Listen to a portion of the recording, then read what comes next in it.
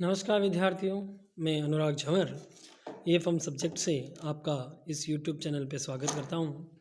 हमने इससे पहले बजट जो हमारा सब्जेक्ट है व्यावसायिक बजटन उससे संबंधित वीडियो हमने देखे हैं अभी।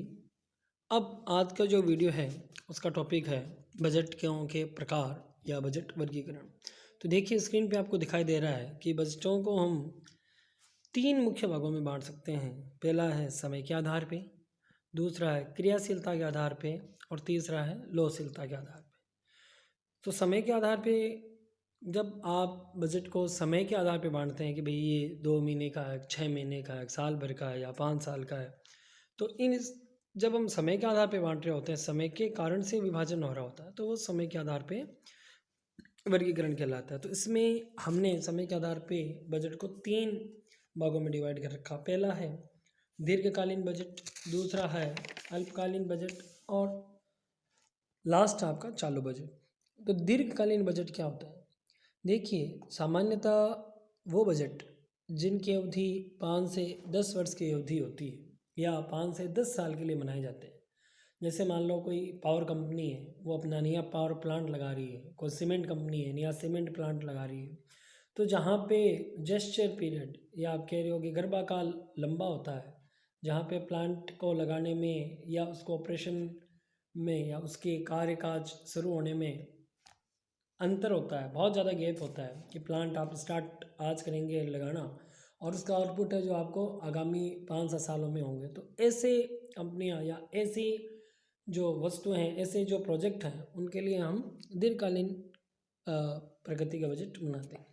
सेकंड पार्ट है अल्पकालीन बजट। देखिए ये जो बजट होता है वो सामान्यतः 1 साल के लिए, 2 साल के लिए, 6 महीने के इस अवधि के लिए ये बजट बनाए जाते हैं। और ये बजट ज़्यादातर जो ट्रेडर होते हैं, जो व्यापारी होते हैं, जो रिटेलर्स होते हैं, जो होलसेलर्स होते हैं, जो एजेंट होते हैं, ये लोग जो ट्रेडिंग में इन्वॉल्व होते हैं, ये लोग इस अवधि का बजट बनाते हैं। और जो लास्ट है, जो इसका तीसरा आधार है समय के आधार पे, वो है चालू बजट। देखिए चालू जो बजट है वो एक अल्पकालीन बजट का ही रूप है, लेकिन इसकी अवधि बहुत कम दिन, आप यूँ कहें 2-5 दिन या ज़्यादा से ज़्यादा 1 माह की अवधि के लिए होता है।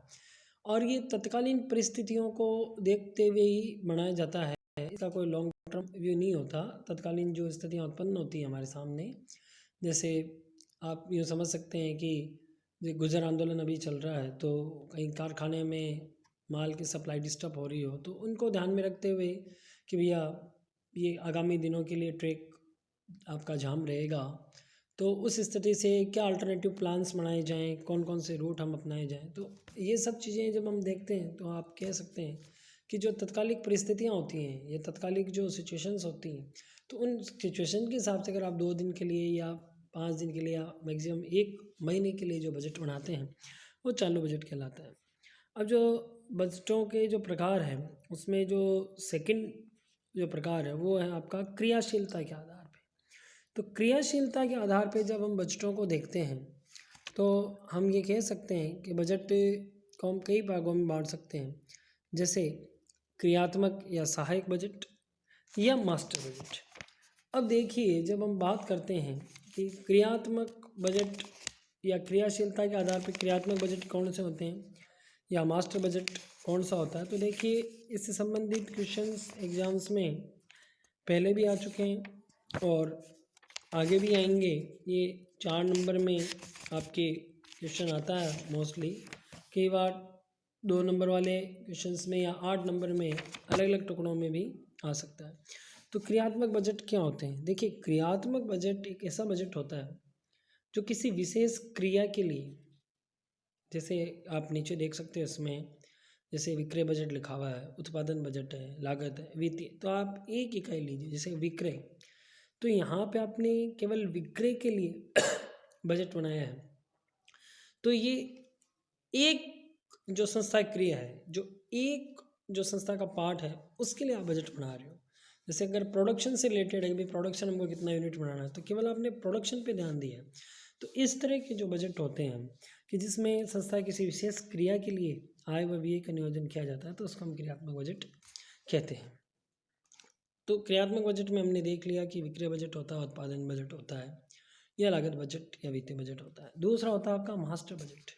देखिए मास्टर बजट क्या होता है, तो आप यूँ कह सकते हैं कि जितने भी क्रियात्मक बजट हैं, अगर उसको हमको समरी के रूप में प्रस्तुत करना हो या हमको उसका एक सारांश देना हो, तो ये जो बजट कहलाता है वो मास्टर बजट होता है। तो मास्टर बजट और कुछ नहीं है, मास्टर बजट जितने भी बजट हैं उनका एक संक्षिप्त रूप है। आप यूँ कह सकते हैं कि मास्टर बजट एक सारांश बजट होता है जिसमें सभी संगठक क्रियात्मक बजट सम्मिलित होते हैं। ये एक प्रतिवेदन भी होता है जिसमें सारी जो क्रियाएं होती हैं वो शामिल होती हैं। अब आप आगे देखेंगे, जो हमारा थर्ड आधार था वो था लोचशीलता के आधार पर। तो देखिए लोचशीलता के आधार पर हम जब बात करें तो लोच का मतलब होता है परिवर्तनशीलता। तो क्या बजट में परिवर्तनशीलता है या नहीं है? तो जब हम बात करेंगे लोचशीलता के आधार पे, तो हम बजट को दो भागों में बांट देते हैं। जो पहला भाग है वो कहलाता है आपका स्थिर स्थायी बजट, जिसको हम फिक्स्ड बजट बोलते हैं, जिसमें लोच बिल्कुल नहीं पाई जाती, लोच शून्य होती है। और जो दूसरा हमारा है वो होता है लोचदार बजट या फ्लेक्सिबल बजट, जिसको हम स्थिति परिस्थिति के अनुरूप बदल सकते हैं। तो आइए हम डिस्कस करते हैं पहले कि स्थिर बजट किसे कहते हैं। तो देखिए स्थिर बजट वह बजट होता है जो उस बजट अवधि में या उस बजट टेन्योर में अनचेंज्ड होता है, अपरिवर्तित रहता है, चाहे आपकी एक्टिविटी लेवल कुछ भी हो। जैसे आपकी प्रोडक्शन जो प्लांट है उसकी कैपेसिटी 5000 यूनिट्स पर ईयर है।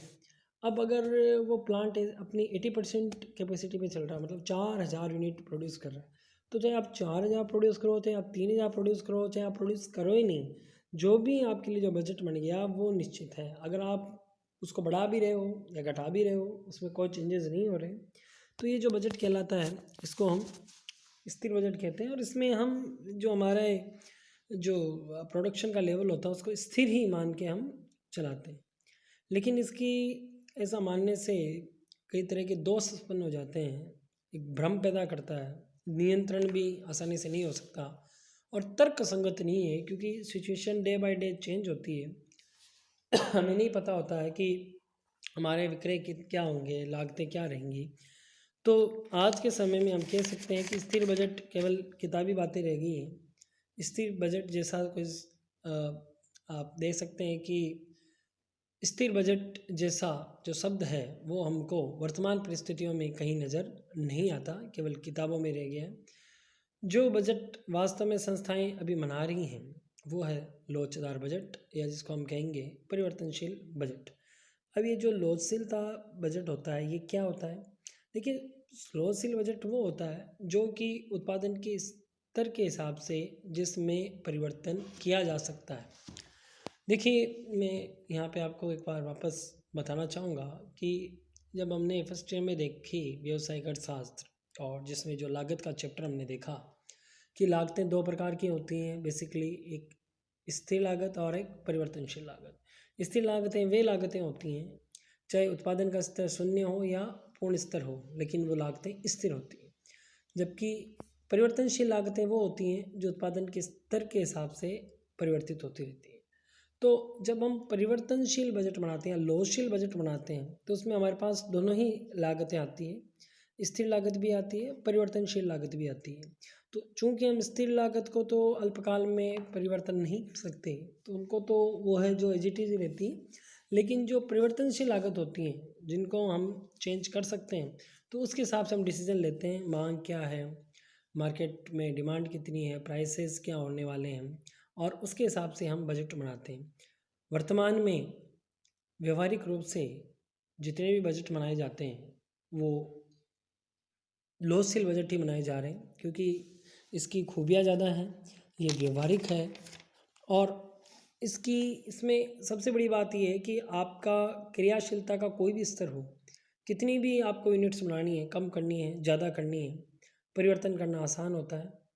चूँकि हम मांग का अनुमान ढंग से नहीं लगा पाते और फ्यूचर प्रेडिक्शन कठिन होता है, तो ये हमारी जो जो भी हमारे सामने सिचुएशन आती है, मांग की जो फ्लक्चुएशन रहता है उसके अकॉर्डिंग ये अपने आप को सेट कर लेता है।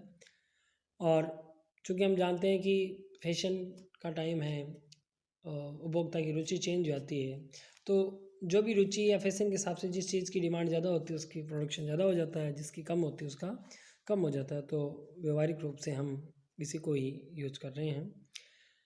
देखिए बच्चों, आज हमने इस वीडियो में देखा है कि बजट कितने प्रकार के होते हैं या बजटों के आधार क्या हैं। उसमें हमने देखा था कि एक प्रकार होता है समय के आधार पे, दूसरा होता है क्रियाशीलता के आधार पे, तीसरा हमने देखा था लोकशीलता के आधार पे। और आशा है कि आप इस वीडियो को देखेंगे, आपके ज्ञान में भी वृद्धि हुई होगी। और आप भी ये सोचिए, देखिए कि जो भी हम प्लानिंग करते हैं उसमें हमेशा हम बजट लेके चलते हैं, चाहे हम घूमने जा रहे हों या हम कोई नया बिजनेस स्टार्ट कर रहे हों। तो आप ये देखिए कि कोई भी व्यक्ति नया व्यवसाय अगर स्टार्ट कर रहा है तो वो अपना बजट कैसे बनाएगा, उसका एक रफ आइडिया आप तैयार कीजिए। धन्यवाद।